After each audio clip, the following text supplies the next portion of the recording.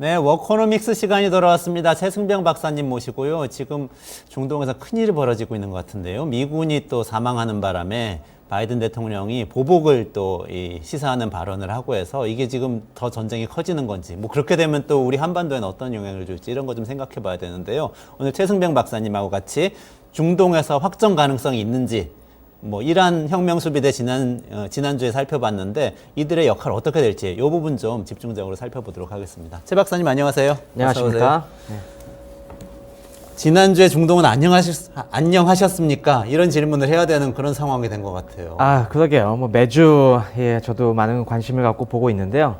뭐 지난주에는 약간 좀 희비가 엇갈린 것 같습니다. 긍정적인 이야기도 있었는데 역시 또 모두 얘기해 주신 것처럼 굉장히 위험한 일이 또 있었죠. 아, 그래요? 아니, 근데 일단 위험한 일을 우리가 많이 들었는데 긍정적인 일이 있었나요? 네, 긍정적인 거는 뭐 계속 이어지고 있는 이스라엘 하마스 전쟁에서 다시 한번 그래도 휴전의 가능성이 모락모락 피어오르고 있습니다. 아, 그래요? 네. 이 아무래도 바이든 행정부가 계속 이 문제를 해결하는 국내외적인 압박에 시달리고 있다 보니까 이 굉장히 신이 많은 윌리엄 번스 CIA 국장을 여기에 특사로 투입을 했어요. 윌리엄 번스는 뭐 아시겠지만은 굉장히 한 30년 이상 외교에서 잘 활약해온 베테랑이고 이제 CIA 국장으로 온 다음에 지금 이런 전 세계적인 골치 아픈 문제들을 해결하는 마쿠 조율사로서 대활약을 하고 있는데요. 그래서 지금 카타르 중재로 그래도 거의 휴전에 비슷한 지경까지, 그러니까 휴전에 거의 임박했다는 그런 얘기가 돌고 있습니다. 아, 네. 지금 지난번에 나와서 한번 정리해 주실 때 이스라엘이 사실 가자 북부 중부에서 하마스를 거의 격퇴했다고 이렇게 말씀하셨던 것 같은데. 네, 가자 북부와 중부에서 지상군이 투입이 돼갖고 하마스 지역을 고립시키고 상당수 이제 소탕한 건 사실인데요.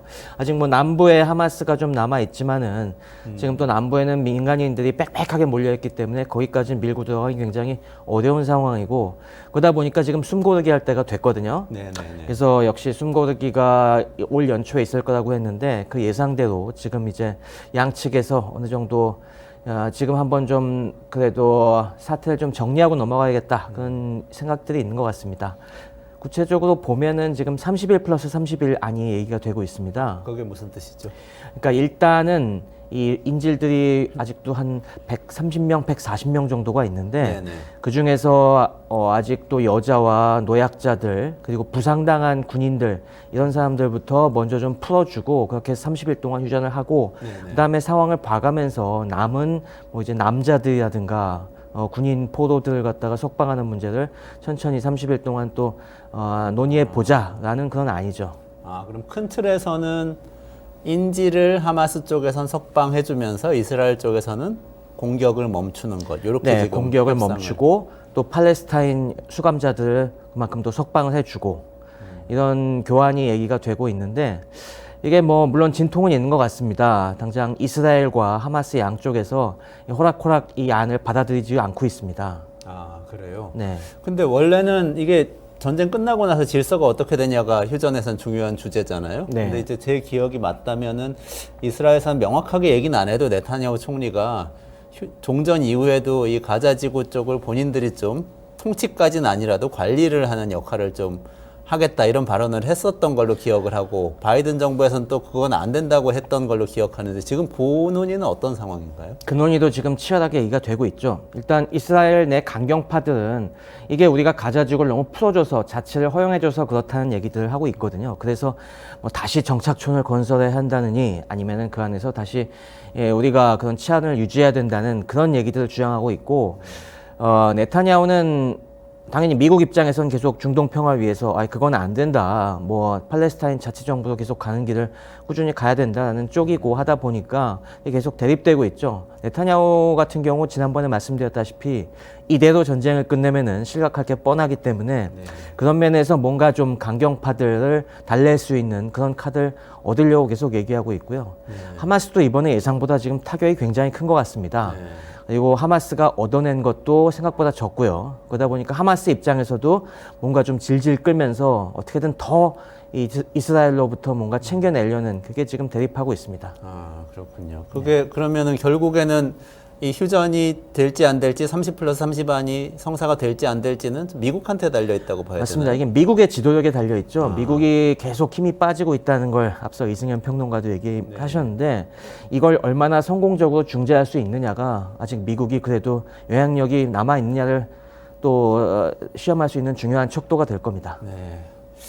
아무쪼록 잘 돼서 희생자가 더 발생하지 않으면 좋겠네요. 네. 그러면 가고 싶지 않은데 나쁜 소식도 좀 들어봐야 될 것 같아요. 나쁜 소식이 좀 아주 작게만 있었으면 좋겠는데 네. 또 큰 게 터졌습니다. 아, 그래요? 네, 이번에는 정말 문제가 큰 것이 이 이슬람 무장단체가 요르단에 있는 미군 기지를 공격을 했어요. 근데 그 공격 과정에서 미군 사상자가 꽤 많이 나왔습니다. 지금 3명이 죽은 게 확실하고요. 대략 한 30명에서 40명 정도가 부상했다는 얘기가 있습니다. 그래서 지금 사상자가 한 50명 정도 얘기되고 있는데 이건 굉장한 충격이죠. 그동안 미군 기지에 대한 공격은 계속 있었습니다만은 미군 사상자가 직접 난 거는 없었거든요. 네. 근데 미군 사상자가 나면은 이거 굉장히 미국 정부로서도 난처해집니다. 네, 그러네요. 네, 당장 지금 바이든 정부가 이거에 대해서 강경 대응을 또 천명을 했어요. 네. 지금까지 계속 너무 바이든이 유화적으로 나가고 있다는 비난을 받고 있었는데 미군이 사망하는 지경에 이르니까 지금 굉장히 압박이 심하고 그래서 저는 또 놀란 것이 바이든도 이에 대해서 굉장히 강경 발언을 했습니다. 이에 대해서 우리가 선택하는 방식으로 반드시 보복을 해주겠다. 보복을 입에 올렸군요. 네, 반드시 보복을 하겠다고 얘기를 했습니다. 그러다 보니까 미국으로선 뭔가 펀치를 날려야 하는 상황인 거죠. 이거 걱정되는데 일단 근데 요르단에 있는 미군 기지를 민병대가 공격했다고 이렇게 돼 있는데 이게 네. 좀 요르단에 미군 기지가 있었나 이런 그 의문이 저는 들더라고요. 네, 요르단을 비롯해서 요르단에 맞습니다. 요르단이 그렇게까지 친미 국가였나라는 생각도 들기도 하실 텐데 지금 미국이 중동에 있는 전력이 상당합니다. 물론 뭐 전 세계 최대의 기지는 우리 평택 기지 캠프 험프리스가 제일 크긴 합니다만은 중동에도 아직 한 4만 5천 명 정도가 배치되어 있습니다. 물론 중동에 배치되어 있는 주요 국가들은 이 소국들, 쿠웨이트, 바레인, 카타르 같은 자기네 국방이 좀 불안한 그런 소국들에 주로 많이 주둔해 있습니다만은 거의 전 중동에 그래도 흩어져 있습니다. 당장 이라크, 아직도 이라크에도 병력이 남아 있고요. 그리고 시리아 내전 당시에 이제 지금 반군을 지원하기 위해서 거기 미군이 들어갔는데 그냥 아직도 900명 정도 들어가 있고 그리고 요르단에도 그 시리아에 들어간 미군을 지원하기 위해서 한 2,500명 정도가 있습니다. 또 요르단에 들어가게 된 거는 그 당시 지난번에도 말씀드렸다시피 시리아 내전이 한창일 때 IS가 준동을 했잖아요. IS가 이라크와 요르단까지 그때 위협을 했습니다. 그러다 보니 그때 요르단이 우리 불안하다. 미군이 좀 들어와서 좀 지켜달라. 그 요청한 것도 있습니다. 그러니까 미국이 탈중동한다고 하고 철군도 여러 번 얘기하고 그랬지만 여전히 중동에 많은 병력을 직접 많이 주둔하고 줄었지만 그래도 아직 적지 않은 수가 남아 있는 겁니다. 4만 5천 명이면은 지금 우리나라에 있는 주한미군보다도 몇 배 되는 수치 아닌가요? 한참 많은 것 같아요. 한참 많진 않지만 뭐 이런저런 병력까지 따지면은 그래도 물론 뭐 그 4만 5천 명이 다 전투병은 아니고요. 지원병이 되게 많기 때문에 이게 전투 부대가 상당한 한국과는 조금 결이 다릅니다만은 그래도 굉장히 적지 않은 부대죠. 적지 않은 수이죠. 네. 그렇군요. 저는 이거 이제 공격받은 미군 얘기고 요르단을 공격한 그 민병대라는 데가 또 어떤 데지 이런 생각이 또 들더라고요. 지난 시간에 또 모든 이 중동에 많은 무장단체 배후에 이란이 있다 이런 말씀하셨던 것도 제가 기억나는데 이번엔 누가 공격을 한 겁니까? 네, 이번에도 텔레그램 채널을 통해서 우리가 했다는 단체가 나오긴 했습니다. 그게 이라크에 있는 이슬라믹 레지스턴스 그러니까 이슬람 저항 세력이라는 그런 단체가 있는데요. 그 단체에서 우리가 공격을 한 것이다. 우리가 드론으로 공격을 한 것이다라고 얘기를 했습니다. 근데 그 뒤에 또 이란이 있는 건가요? 이번에도? 그런 네, 식으로 지금 이란이 해석을 하는 것 같은데. 맞습니다. 미국은 콕 집어서 이거는 이란의 지원을 받는 이 친이란계 프록시들이라고 하죠. 그 무장단체다라고 얘기를 하고 있습니다. 근데 지금 정황상 저 입장에서 봐도 그렇게 의심을 할 수밖에 없는 것이 이번 공격이 굉장히 정교했어요. 네. 당연히 이 지역이 어디냐면 요르단과 지도를 보시면 아시겠지만 요르단과 이라크와 시리아가 만나는 그 세 국가가 딱 만나는 그 꼭지점 접경지대에 있는 위치거든요. 굉장히 전략적으로 중요한 곳입니다.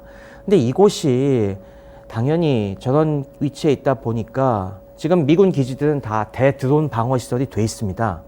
그런데도 그 방어망을 뚫고 드론을 집어넣었다는 거예요.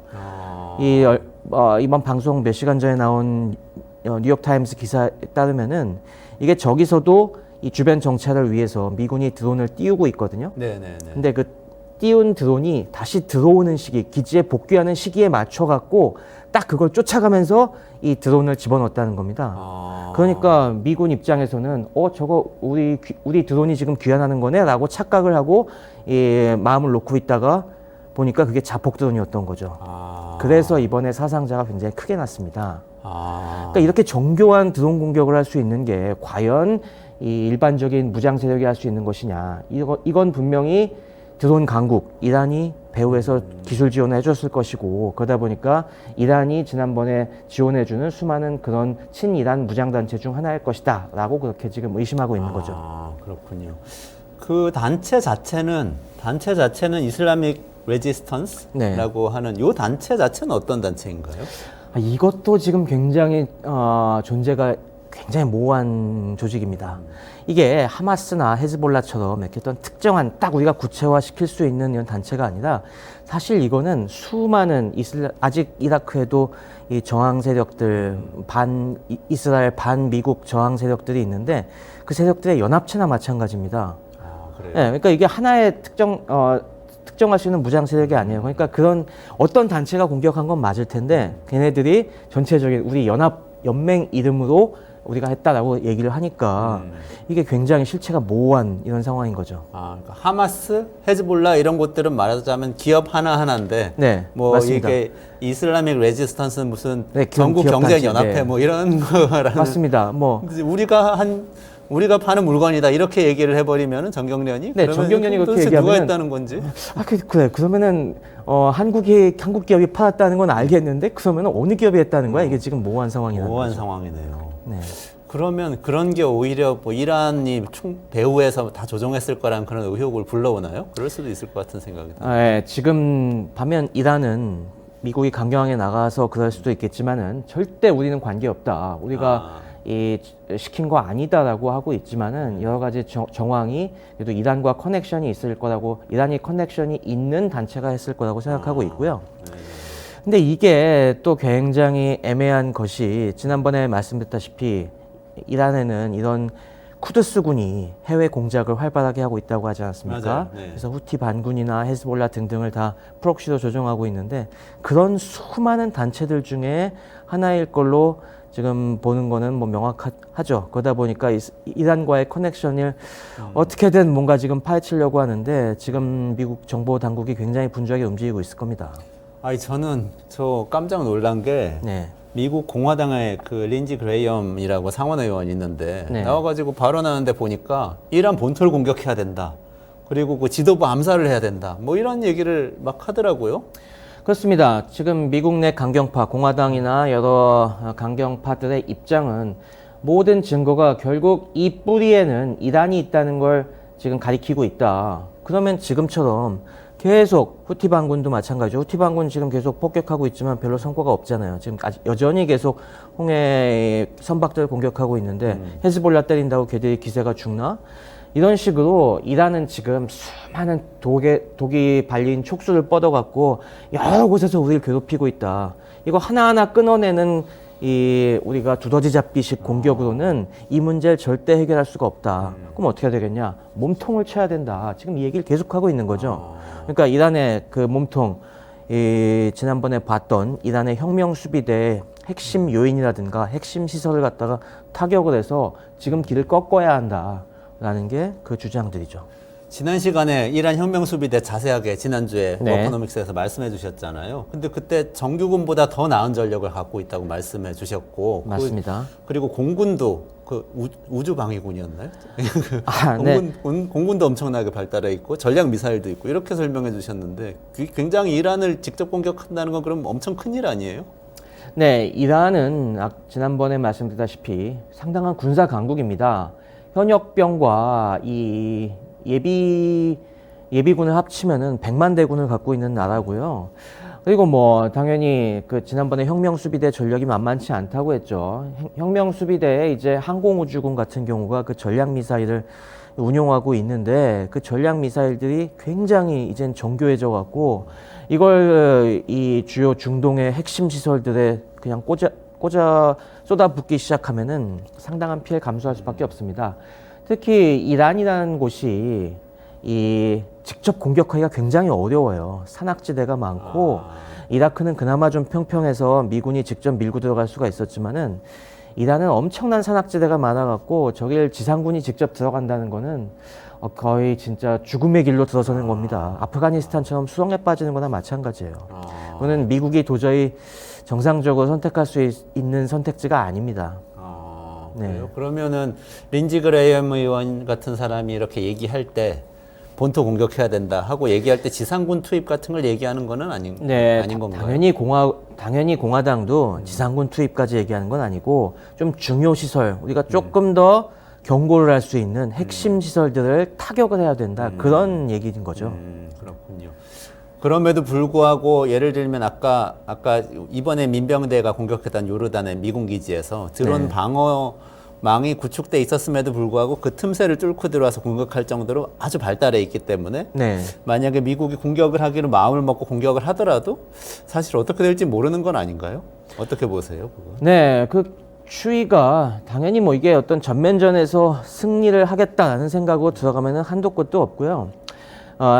역시 뭐 공화당에서 요구한 거는 아마 저도 트럼프 때 지난번에 말씀드렸다시피 쿠드스 군사령관 솔레이마니 암살을 했지 않습니까?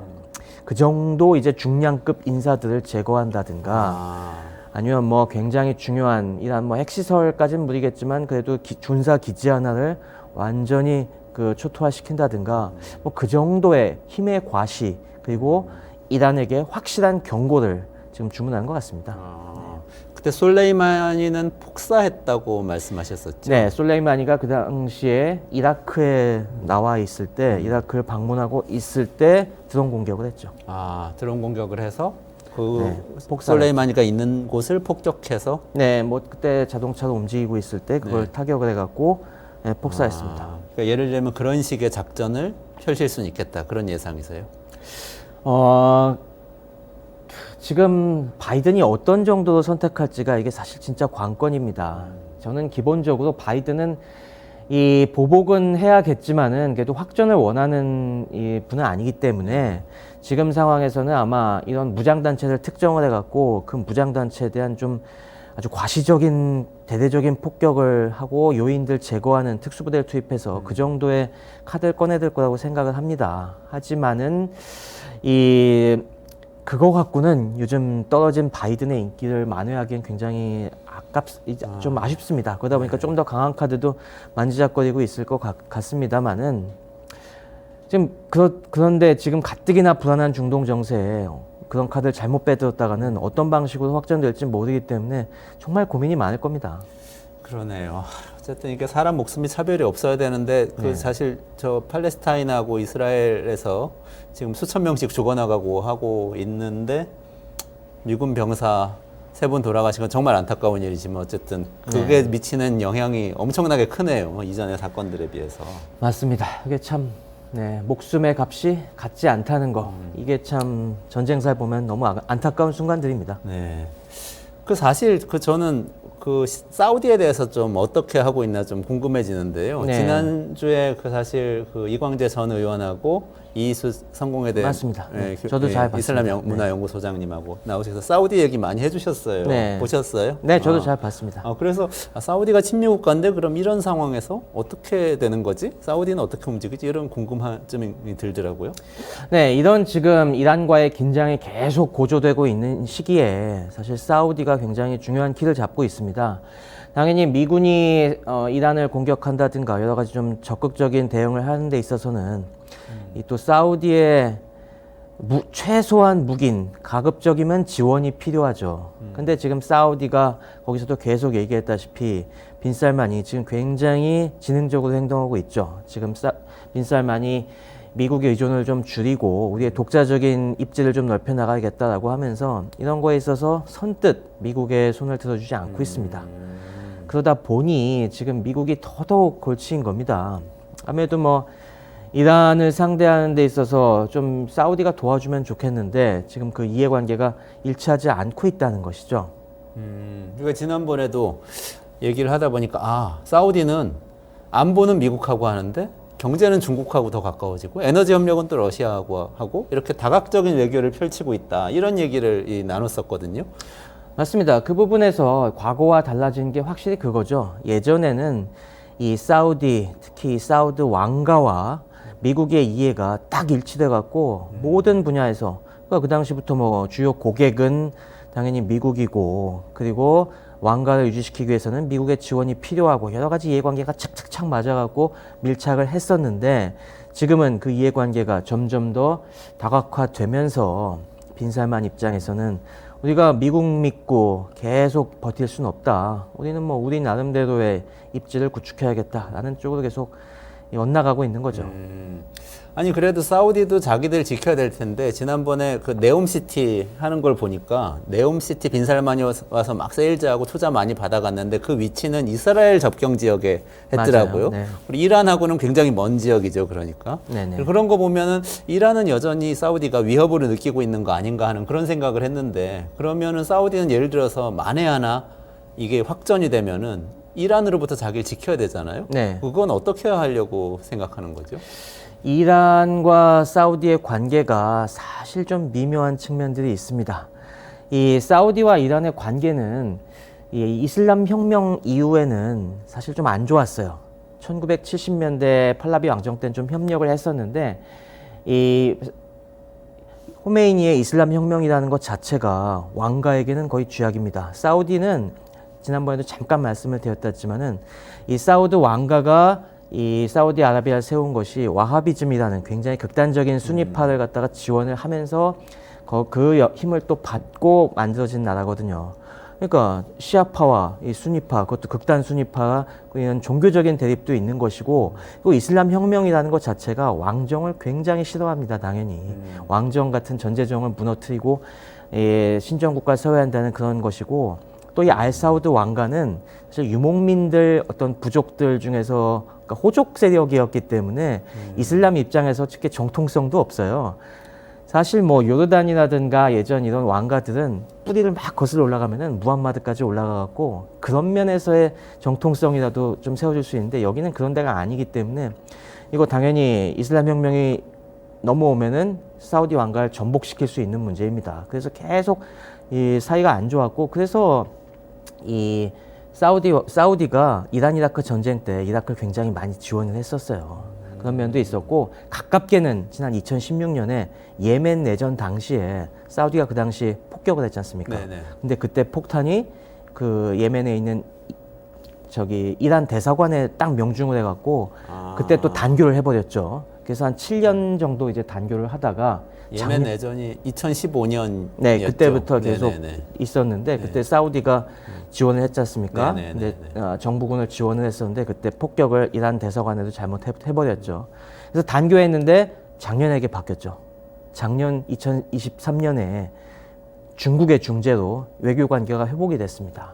거기서 딱 볼 수 있는 것이 사우디가 그동안 사실 빈살만이 2015년에 국방장관까지 하면서 그 당시에 군사력을 엄청나게 증강시켰어요. 네네. 그러다 보니까 지금 상황에서는 우리도 군사력이 어느 정도 올라왔고 이란 입장에서도 전선을 넓히는 건 굉장히 부담스럽거든요. 네네. 이란의 주적은 이스라엘과 미국이다. 그러니까 우리가 적당히 우리끼리 선을 지키고 있으면은 적어도 우리를 직접 공격하지는 않겠다. 이런 판단도 있었던 것 같습니다. 아, 그렇군요. 아니, 저는 사우디가 항상 큰 형님 노릇을 이슬람 세계에서 해서 진짜 그 정통 왕가인 줄 알았더니 알사우드 왕가는 그런 왕가는 아니라고 하셔서 좀 흥미롭네요. 네, 그 족보도 사실 캐보면 굉장히 재밌습니다. 아, 그러네요. 나중에 한번 말씀드리죠. 네. 그러니까 그러면은 지금 상황은 사우디는 그렇게 적극적으로 적대 행위를 하려는 그런 분위기는 아니다. 사우디는 약간 한 발 빠져갖고 지금 상황을 관망하고 있다고 보는 게 맞을 겁니다. 당연히 우리도 강펀치 갖고 있지만은 지금 또 이란이 계속 사우디에 대해서는 도발하지 않고 있거든요. 네. 사우디에 대해서는 그래도 좀 이란 입장에서도 사우디까지 적으로 만드는 건 너무 위험하기 때문에 계속 선을 지키고 있으니까 사우디도 그냥 우리가 미국에 덜컥 동조하는 것보다는 어디까지 쟤네들이 도발하나 좀 보자, 그런 입장인 것 같습니다. 이란도 확전을 바라지는 않는 거죠? 네, 그렇습니다. 저는 이게 관측이 좀 여러 가지 엇갈리고 있는데 이란은 지금 전략이 그건 것 같습니다. 지금 이스라엘과 미국을 상대로 해서 암세포를 심는 거나 마찬가지라고 생각을 해요. 지금 곳곳에 이런 이란 프록시 무장 세력들은 일종의 암세포인 겁니다. 그 암세포가 성장하려면은 당연히 돈과 무기, 이런 기술 지원이 필요하지 않습니까? 혁명 수비대가 나서갖고 비밀 네트워크로 그 암세포가 자랄 수 있는 영양분은 공급해 주되 우리랑 관계 없어. 그거는 알아서 자라고 있는, 원래 우리 몸에도 암세포 많잖아. 그런 식으로 지금 하고 있는 거고, 그건 암세포들이 꾸역꾸역 자라나서 여러 곳에서 동시다발적으로 이렇게 이스라엘과 미국을 괴롭히면은 그거 퇴치하느라고 이스라엘과 미국이 지금 정신없지 않습니까? 계속 그렇게 힘을 빼고 있으면은 이란을 도발할 생각을 못 하겠지. 그리고 계속 우리는 이런 식으로 관계를 부인하고 하면은 우리가 파워가 만만치 않으니까 설마 우리 본토를 치려고는 안 하겠지. 계속 그런 좀 위험한 줄타기를 하고 있는 것 같습니다. 아, 그렇군요. 그러면 일단은 뭐 사우디, 이란, 미국 다 확전을 바라지 않는 분위기라면 확전 안 될 것 같아서 좀 안도가 되긴 하는데요. 근데 네. 혹시라도 만에 하나, 그러니까 그 앞 코너에서 토니 블링컨 미 국무장관이 지금 73년하고 비슷하다. 그러니까 중동 전쟁 직전하고 비슷한 상황이다. 이렇게 얘기했다고 네. 전해드렸었는데, 이런 우려가 현실화가 되면, 예를 들어서 미국에서 강경파가 득세하고 또 예를 들면 미군 병사가 좀 더 희생된다든지 해서 여론이 막 들끓고 이래서 혹시라도 미국이 이란을 공격을 하는 시나리오가 펼쳐지면 어떻게 될까요?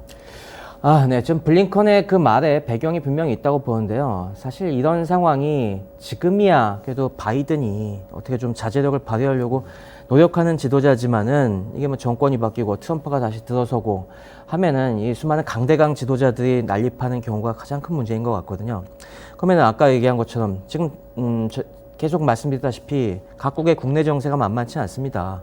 강경파 지도자들의 뒤를 떠미는 강경 세력들이 다 있어요. 이럴 때, 야, 지금 이 상황에서 내가 하나 좀 강하게 나간다고 해서 다들 다시 뭐 딸려오진 않겠지? 라는 생각으로 세게 지를 수도 있다는 거죠. 그럼 그랬을 때, 만약에 저쪽에서, 우리가 이렇게 당할 수는 없어 하면서 같이 맞부닥치는 상황이 벌어지면은 거기서 불이 확 타오를 수도 있다는 그런 우려인 겁니다. 네. 그게 지금 한두 지점이 아니라 몇 개 축에서 지금 벌어지고 있기 때문에 블링컨도 우려하고 있는 것이고요.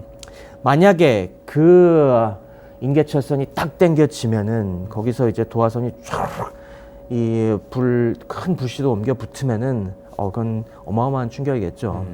지금 이 각국들이 어마어마한 군사력을 갖고 있는 입장에서 특히 중동이 아무리 지금 에너지원들이 분산이 됐다고 하더라도 그 에너지 충격은 어쩔 것이며 지금 홍해 어느 정도 이 통항이 방해되고 있는 것만으로도 운임이 굉장히 많이 올랐는데 당연히 홍해 수에즈 라인이 봉쇄될 것은 분명하고 이런 거 하나하나가 가뜩이나 좀 어떻게든 좀 숨을 돌리려는 세계 경제에 또 치명타를 날리겠죠. 그러네요. 저도 이제 경제 쪽을 넘어와서 제 분야에서 생각을 해보면 지금 가까스로 금리를 더 올리지 않고 저금리로 다시 돌아서겠다고 미국 FRB가 생각하고 있는 것은 그나마 에너지 가격이 그래도 안정적인 상태이기 때문이거든요. 맞습니다. 석유 가격이 그렇게 많이 오르진 않았기 때문에. 근데 만약에 여기서 도화선이 딱 붙으면 당연히 석유 가격 오를 거고 그러면은 유가 때문에 물가가 오르고 인플레이션 안 잡혔으니까 금리는 그대로 있거나 오히려 더 올려야 될 수도 있어요. 인플레이션 잡으려고. 그러면은 주식시장에 가는 여파, 그리고 이제 저금리를 기대하면서 사람들이 기다리고 있던 여러 가지 결정, 뭐 자동차를 구매한다든지, 뭐 집을 산다든지 이런 결정들이 쫙 다 미뤄지면서 사실은 우리나라 수출에까지 타격을 줄 수도 있고, 맞습니다. 주택시장에 영향 주면 그 거시경제도 영향 줄 수 있고, 이게 팍팍팍 떠오르네요. 네, 지금 뭐 또 중국도 지금 헝다 또 처리한다고 그러고 있고 여러 가지 문제들 전 세계 경제가 다 평안한 곳이 없는데 이런 국제 분쟁까지 크게 더해지면은 충격이 만만치 않겠죠. 네. 자, 오늘 여기까지 일단 말씀을 나누고 사실 굉장히 궁금한 게 아까 사우디 군사력 이런 부분도 말씀하셨는데 되게 낯설어요. 그래서 나중에 한번 그 부분 사우디와 관련된 얘기도 한번 정리해 주시면 좋겠다 이런 생각도 좀 네, 지금은 듭니다. 조용하지만 사우디가 굉장히 중요한 추이기 때문에 이걸 이해하는 게 앞으로 특히 이제 거대한 경제 프로젝트를 구상하고 있는 빈살만은 도대체 뭘 믿고 저러는지 그걸 이해하기 위해서는 사우디의 군사력도 저희가 좀 살펴봐야 됩니다. 다음 시간에 한번 얘기 나눠보시죠. 아, 좋습니다. 네. 최 박사님 오늘 여기까지 하겠습니다. 네, 고맙습니다. 네, 수고하셨습니다. 감사합니다.